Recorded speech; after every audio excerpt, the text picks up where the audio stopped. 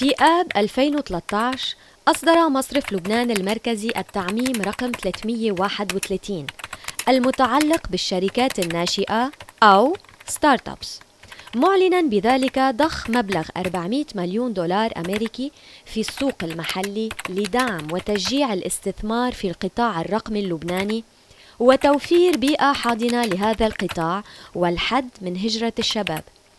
هذا البرنامج يسلط الضوء على هذا القطاع التكنولوجي المهم والإنجازات العديدة للشباب اللبناني المستفيد من هذا التعميم.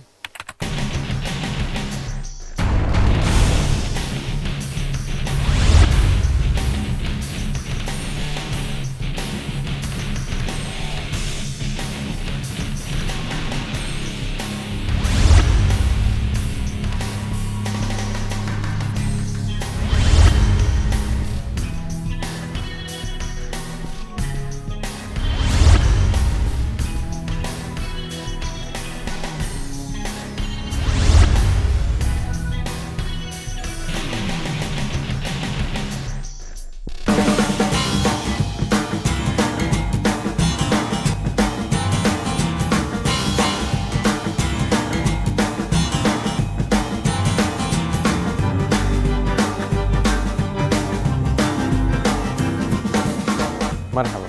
BDL Accelerate اللي بينظمه مصرف لبنان بدأ ياخذ منحى كتير مهم بالشرق الأوسط في مجال الستارت اب، الشيء اللي عم بيرسخ مكانة بيروت كعاصمة للستارت اب بالمشرق العربي.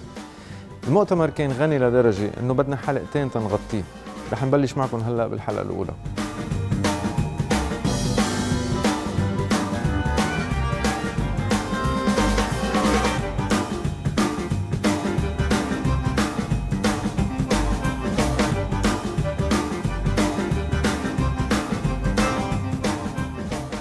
If 2014 was the year of foundation and 2015 the year of execution, 2016 is the year of growth, the year our confidence and our innovative ecosystem rise to new heights. Today, you and more than 25,000 people are witnessing Beirut become the epicenter of the startup world. Take that Beirut spirit with you. Share it around you. You are our ambassadors, and we are yours. We are building hope together, and it starts here today at BDL Accelerate. It only takes a visionary to create such a movement. We all have to thank one man, His Excellency, the Governor of Banque du Liban, Mr. Riyad Salami.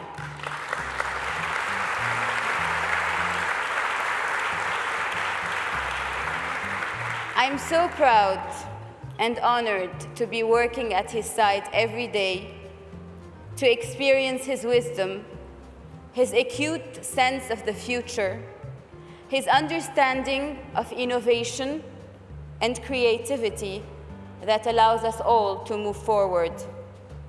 I would like to invite him on stage so that we can all congratulate him. Please, Your Excellency, the floor is yours.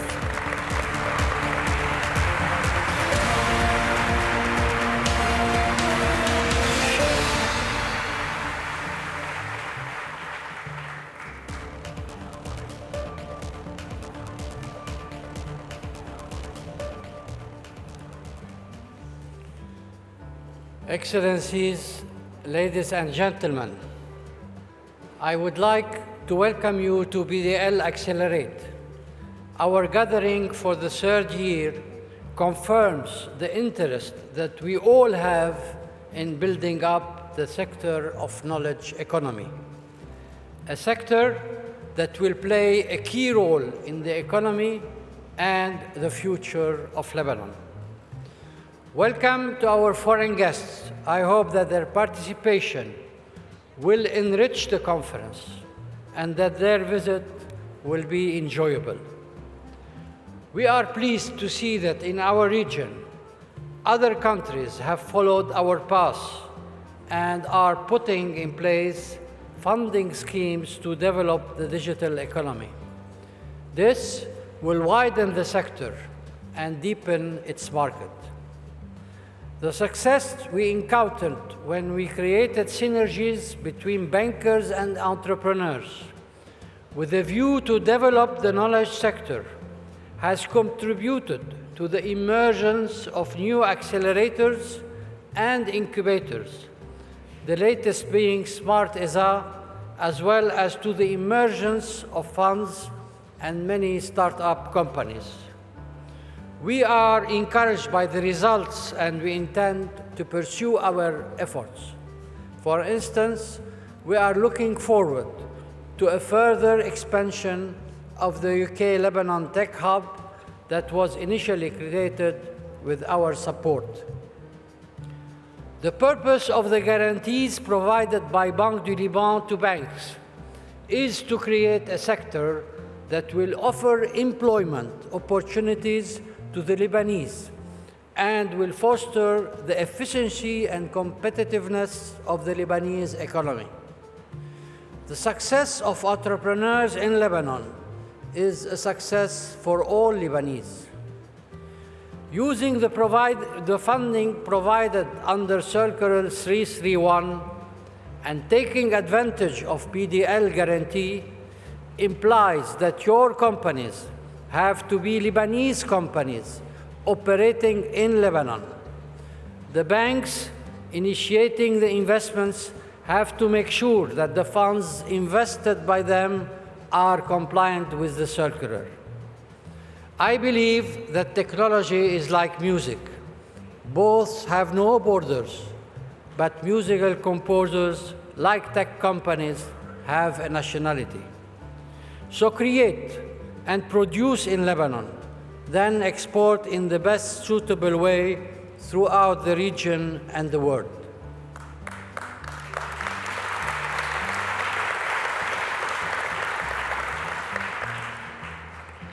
Banque du Liban is taking initiatives to develop the Lebanese digital sector by banking on international cooperation. We hope that our approach will enhance this promising sector.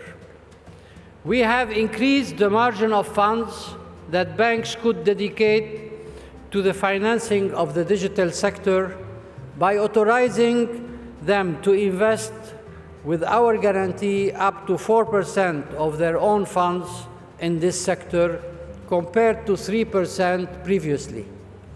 I hope that banks and entrepreneurs will make the best use of these funds. More funds will be available for the digital sector since the own funds of the banks will be growing faster as a result of the central bank last financing engineering. The financial environment in the region has changed. The risks have increased, while the availability of foreign currencies has decreased. From this perspective, it was important to our financial and monetary stability to address this new environment and reverse the trend by decreasing the risks and increasing the availability of foreign currencies. Banque du Liban has succeeded, thanks to its financial engineering, in attracting billions of dollars to Lebanon. This has impacted the balance of payments that became positive, turning a cumulative deficit of $1.7 billion up to May 2016 into a surplus of $555 million up to September 2016.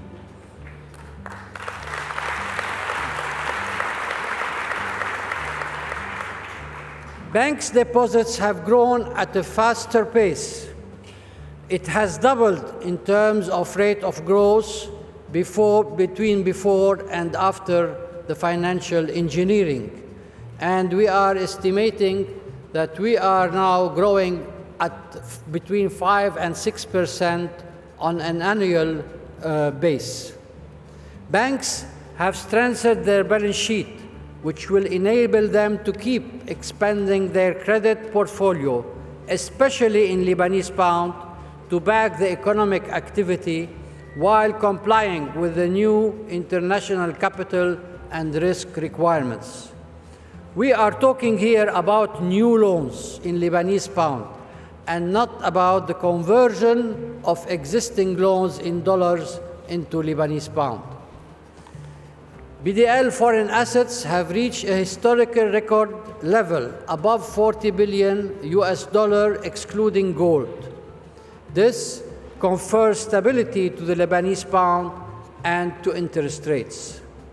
Foreign financial institutions showed more interest in our sovereign paper, and the purchase operations carried out by foreign investment funds have exceeded $4 billion at current interest rates. I want to congratulate the BDL Accelerate team and Ms. Marianne Hwayik for their effort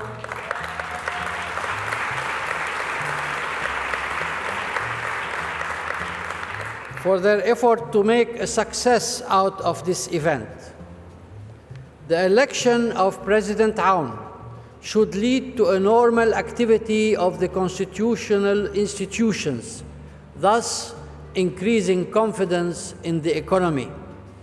The formation of a new government would help by attracting foreign aid and mitigating the cost of the Syrian presence in Lebanon that we estimate at 5% of the GDP.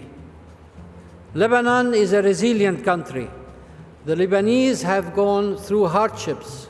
They have endured wars and political crises that would have destroyed the economy of many other nations. Yet, we kept building up our economy.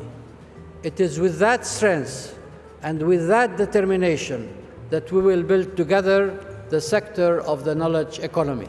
Thank you.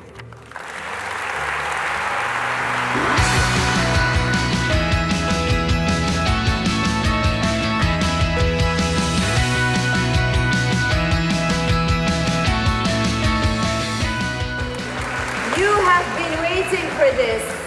Please welcome Steve Wozniak.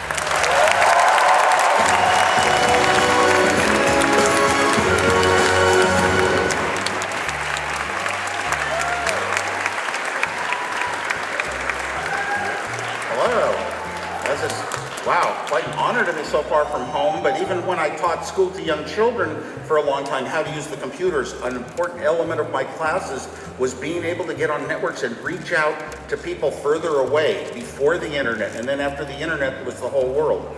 A lot of what you do in life boils down less to what you have learned, your knowledge and your skills, and more to motivation. The great things that change our life are usually because one or two people want to do it. It's the wanting and the motivation that's more important. In fact, in my teaching years, it was less important what I taught and more important that a student wants to learn. If somebody wants to do something and they have a little bit of a brain about how to combine things, put them together and make something new, they will do it. So when I was young, my father was an electrical engineer, and Silicon Valley was just in its little birth phase. It turns out that it was mentioned that all the products that we have today, a lot of them trace back to things that were done first by Apple and a few other companies. And I was kind of at a little spear front of personal computers, but computers were built on parts that were called chips that were based on transistors. Everything we have today that makes our life digitally better is based on transistors. When I was a young kid, you could make one transistor, and now for the same price, you can make 10 billion transistors. A transistor is an electronic neuron. That's why our products get smarter and smarter. It was just starting because the inventor of the transistor, who got the Nobel Prize for it, moved to Mountain View, California, in the heart of Silicon Valley, and started a company to produce products, to make money. And his company didn't quite succeed at a very difficult product, but the engineers spun out. It was called a spin out. It was sort of a predecessor 40 years earlier to what we now call young entrepreneurs. But they would spin out a new company, and that company would start making transistors. And they would spin out engineers, and another company would. transistors, because of Moore's law, were going to take over how we live our lives and what the products we use are like. It was going to happen, nobody knew it really, but because the seed, the early event in time, was in that one place, right there in Silicon Valley, the cities of Silicon Valley. That's why Silicon Valley grew up and became electronic. It was the growing industry of the time. Somehow we had no books that could teach you how computers were made, how computers were designed. Computers were off in faraway places. The military, the big companies, the people with money and power. I discovered a manual that sort of described the inner structure of a computer. And then I said, I wonder, from my early elementary school projects when I was 10 years old, wow, I learned how to make these little transistors make decisions like light switches. Could I draw on paper a design of a computer? I didn't have anyone helping me, teaching me anything. I just wanted to do it. And it took many, many months the first time, and I got what I thought was a complete design. And Silicon Valley was moving. Vacuum tubes that I built my ham radio out of had changed into transistors, were now changing into chips. And the acceleration of what digital could do was increasing. I got a job designing the hottest product of the day, the Hewlett-Packard scientific calculators. For the next 5 years, Steve Jobs and he would often take designs that I did for fun and turn them into money. So he was kind of the business. He wanted to be important somehow in the world, but he didn't have the academic or business background to really find the path to get there, but he really wanted to badly. And it's that want that took him on his course. I always like to have minimal, low-cost approaches to things in life. I go back to tiny little Raspberry Pi and other computers that are even less expensive, little boards, and program them up in Linux. And I was able to download some new iPhone apps last night here in Lebanon. I couldn't download them because they were restricted from Lebanon for some reason, but I have my own little VPN that I programmed on a $9 computer at home. That's how it should be. I mean, I can't understand why you would close things off. That's what the internet's about, and never get away with it forever. I bet in China it's much worse, but this time it was the United States that was blocking me. But if, just hypothetically, you were an investor, just in case, would you invest in Lebanese startups? Yes, I would, because almost every... Okay, thank you.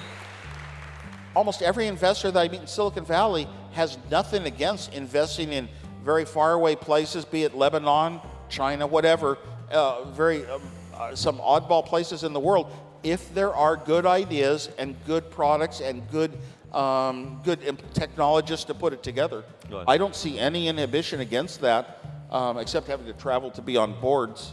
Yeah. Yeah. Okay. So, and sometimes it's successful. Maybe pass the word when you get back to Lebanon's open for business. Yeah, it depends. Largely, the fundamentals behind it, though, are good engineering schools and a lot of people that kind of have the talent to build things and not just think them up in their head. Right, okay. Because thinking them up in your head gets done in every city in the world. Okay, so we've got the cream of the Lebanon here. You know, they're here to hear you, to hear your advice, hear stories about Apple. They're very pleased to have you. So, what would be amazing would be if you could maybe at length give some advice to these people, to these entrepreneurs, these startups, these emerging companies. Well, when you're starting, I spoke earlier about knowledge is less important than motivation. But one of the things is a lot of companies say we've got to find somebody who went to a university and took exactly the right courses.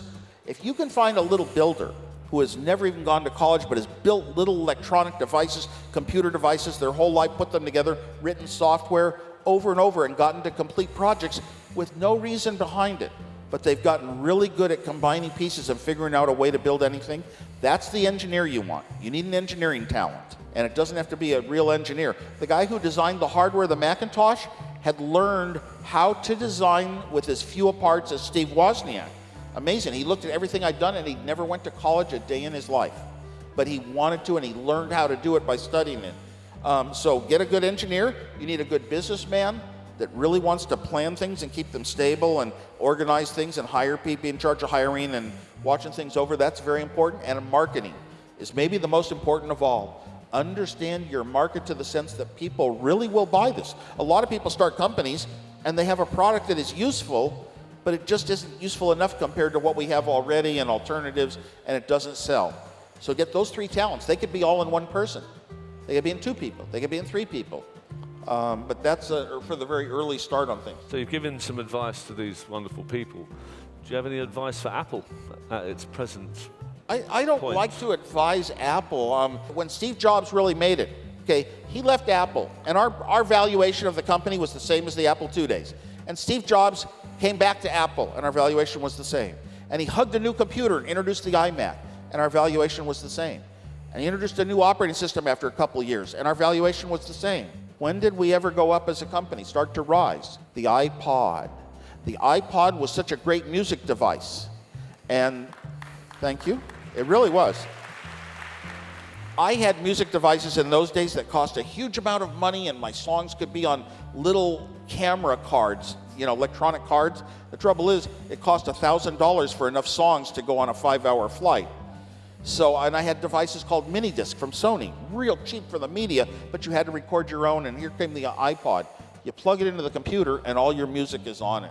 No thinking, no steps. This was such a great device. Well, Steve Jobs did a rare thing. He went open and wrote iTunes for Windows, our music software for Windows users. So you didn't have to own a Macintosh to buy an iPod. You could have Macintosh or Windows and use the iPod. The iPod sales doubled our revenues, doubled our profits. The stock went way up. The board of directors gave Steve Jobs billions of dollars in stock and airplanes. And that was really a big success, and it was a time of openness. Yeah. And the iPhone. People ask me, what product from Apple has changed your life the most? And I look at my life these days, and I used to say Apple II or the iPhone or the Macintosh.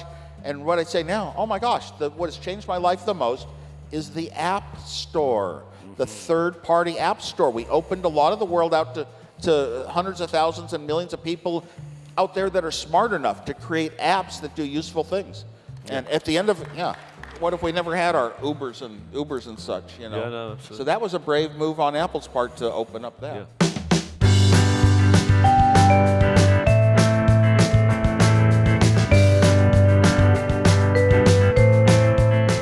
Hi, my name is Chad Cribbins, and I'm founder of Firefly.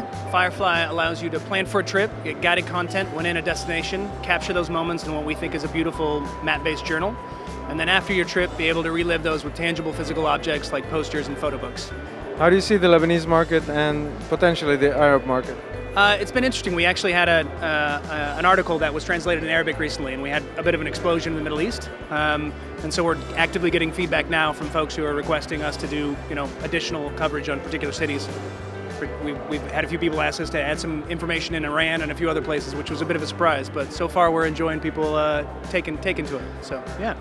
So you got Beirut into your app as well? Beirut is in our app, yep. So we essentially we want to be able to curate a couple of really great quality places for people to go in these destinations, and we spent some time looking at some of the great places here, and so this is one of the spots we decided to feature. So this is Toilette, which is a place that's right next to us. Sean and his team actually go through and give a reason on why you should go to this particular restaurant. And as you travel around, and we know more about you, we get smart and make other smart recommendations. So let's see, another recommendation we have is the Urbanista right there.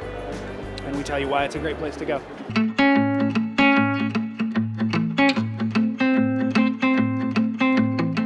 بريك صغير ونرجع لكم، خليكم معنا.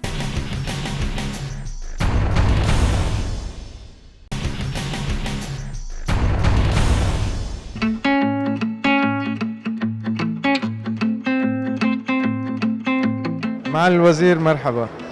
كيف تقيم هالسنة BDL Accelerate وشو الشيء الجديد اللي بنقدر نتوقعه بالعهد الجديد؟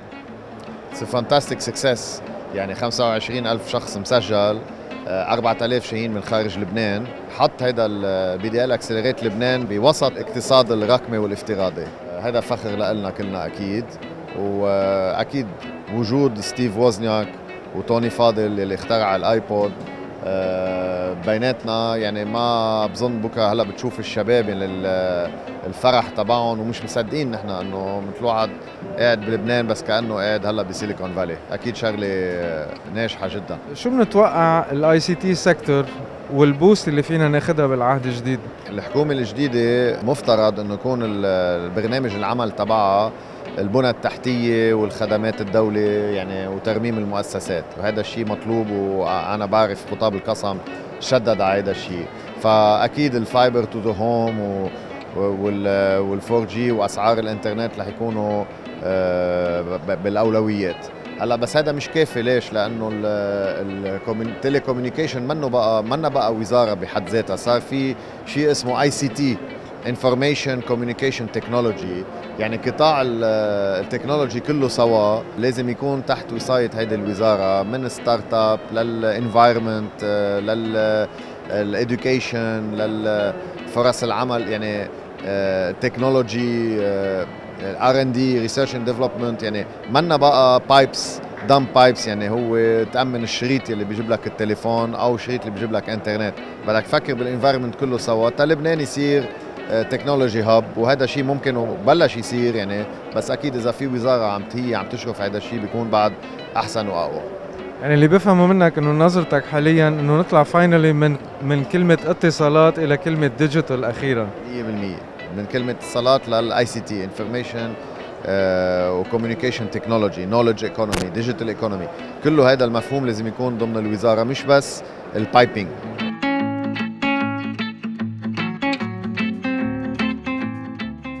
Ladies and gentlemen, Tony Fadel.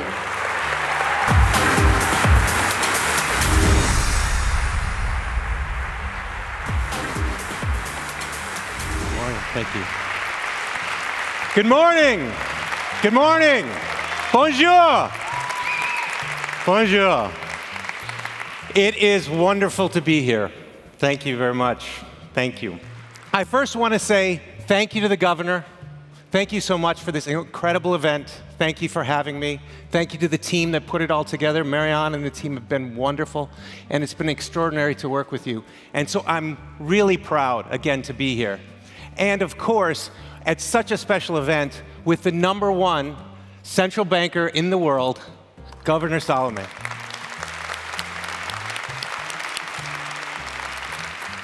It's hard enough to be #1 with, just in the world in general, just competing so many people trying to be #1. But doing it in this kind of environment under such stress, such strain, that shows the resilience of what you've built. So thank you again for this conference. So BDL Accelerate is consistent with the Lebanese heritage, the history of entrepreneurialism and commerce. It's the largest in the Mediterranean. 75 different countries are represented here. It's a special crowd, big companies and startups.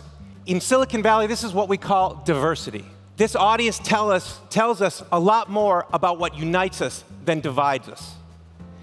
And bringing people together is what entrepreneurialism is all about. Ideas, but great people as well. So let's first start with the 4 macro factors of the environment that help you thrive as an entrepreneur. These macro variables are the same whether you're in Palo Alto, Berlin, or Beirut. They affect us all. The first thing is businesses must be able to access new markets. Well, with the internet, we already have access to markets. You can be making something here and you can be selling it halfway around the world. Everyone has access to markets for the most part. We have that today. It's a phenomenal thing with the internet. The second is access to talent. You have to have great minds to take your great ideas and for them to take shape. Luckily, we have lots of great talent on the internet you can get, but even more so here in Lebanon, we have our esteemed institutions like AUB and LAU minting great students for us to be able to tap to create these great entrepreneurial ideas and turn them into great businesses. The third is access to capital. And we all know that. That's why we're here. we need to have a capital environment. Without having money, we're not going to be able to gain that talent and that technology necessary to create these businesses. And the fourth is access to technology. Before, technology was all bundled up. Each little company or big company contained their IP. They wouldn't let it out. But something dramatically has changed since the 80s. We now have open source, and there's technology and communities all around the world sharing ideas. And Lebanon can also be both a recipient and also a donor of this technology. So if we look at the four things, markets, talent, capital, and technology, we have those. And in fact, we have it even better here in Lebanon because of the capital. Fortunately, with the central bank and the government, we have been able to see and promote investment and create a startup culture. I'm not just here to talk to you today. I'm here to also find great startups to help because I can see it. I can feel it. There are going to be some great companies coming here and great talent staying here. I'm coming here to meet you, not the other way around. The other thing that I've also noticed while I've been here such a short while, it's changed a lot. Lebanon's changed a lot since the last 20 years I was here. But one thing we still need to get a little bit better is we need to get real internet access for everyone. We need it cheaply. It doesn't all have to be cables underground. We can do it wirelessly now. We didn't have the technology 10 or even 15 years ago. But now is the time to get real internet. Because if you don't have that, you can't have a tech economy. And I know for a fact that the new government will make that happen. So the cradle of civilization can become another cradle of innovation. That's what we need here. So as you experience this conference, ask yourself, are you focused on an idea that is truly disruptive, that's a painkiller, not a vitamin? Are you fully committed to it through the good and the bad? Are you ready to inspire your team to reach new heights, to bring your vision to market? And are you ready to fail in spite of your commitment and move on without losing faith in yourself or your team? If you are, and these questions resonate, then I can't wait to see what you do. I can't wait to see what you build, and I can't wait to see how you contribute to lifting Lebanon and this region higher and higher. Thank you very much.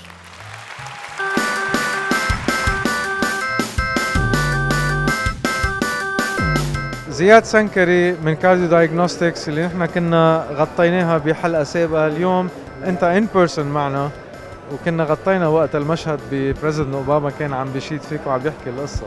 We want to empower pioneers like Ziad Sankari.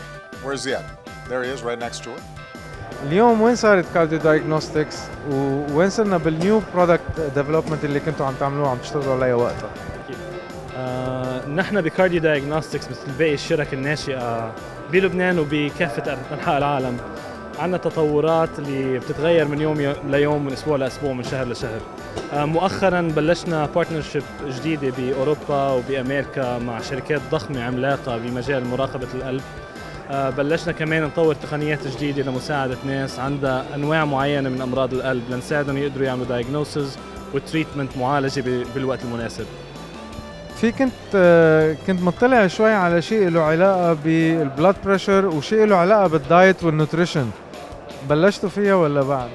نحن بلشنا نتوجه لشريحة أكبر من الناس اللي بحاجة لتقنيات مراقبة القلب، وتحديداً اللي عندهم مشاكل مثل البلاد بريشر مثل ما حضرتك تفضلت، والناس اللي عندها صعوبات بالسيطرة على طريقة التغذية تبعيتها. نحن برأينا إنه إذا قدرنا نساعد المرضى ينظموا أكلهم، ينظموا حياتهم، ينظموا اللايف ستايل تبعهم، نسبة الإصابة بأمراض القلب رح تقل كتير، واللي هي الميشن تبع كارديو دايجنوستكس والتوجه اللي نحن ماشيين فيه. فبلشنا بهالاتجاه نطور تقنيات لهالمجال.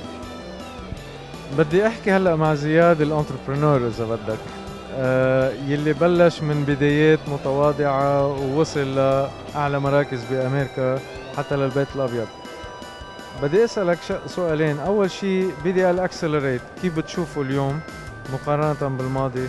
وتاني سؤال، اليوم الانتربرنور أو اللي بده يأسس ستارت اب وعم يحضرك، أنت من اللي عانيت اللي عانيته وفت بتجارب، شو بتنصحه؟ طبعا هلا منا هيني ابدا الواحد ياسس شركه تقنيه باي مكان بالعالم، فاذا بده ياسسها بلبنان الصعوبات رح تكون حتى اكبر، بس هذا ما لازم يخلينا نتوقف او نستصعب او نبعد عن ان نحاول نبلش شركات نحن بنؤمن فيها، بنؤمن بقدرتها ونقدر نوصلها للعالميه. اليوم افضل من اي وقت سبق، صار عندنا الايكو سيستم موجود، التمويل موجود، الوسائط اللي بتساعدنا نكبر البزنس تبعنا موجوده بلبنان. في عنا الايفنتس مثل BDL Accelerate عم يجيبوا ناس انسبيريشنال من كافه انحاء الارض، جابوا الكوفاوندر تبع ابل، جابوا ناس من اصل لبناني عملوا انجازات ضخمه بالعالم. فهالشيء لازم يقلنا ويعلمنا درس كثير كبير، انه لو كنا بلبنان بنقدر نوصل للعالميه وبنقدر نغير من وجه العالم اذا قررنا نعمل هالشيء. إذا بدك تعطي نصيحة لشاب لبنان اليوم بكلمة واحدة أو كلمتين، شو بتقول له؟ آمن وغير، الإيمان والتغيير هو الأساس.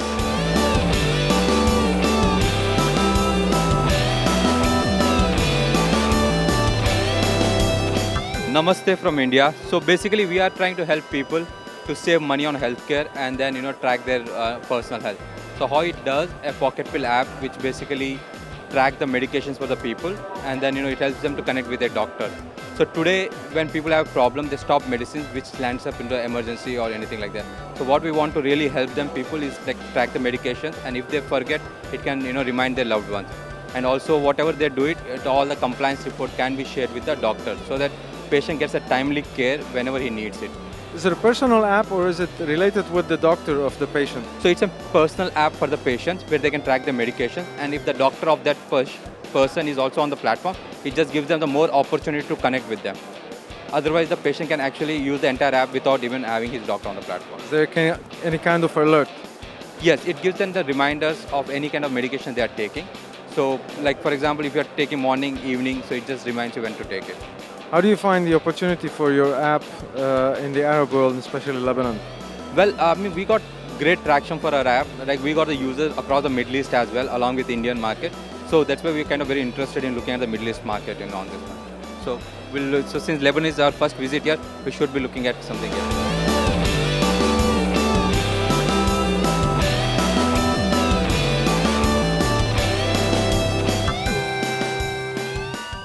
وهذا كان كل شيء لليلة. بنشوفكم الأسبوع الجاي إن شاء الله للجزء الثاني من BDL Accelerate 2016.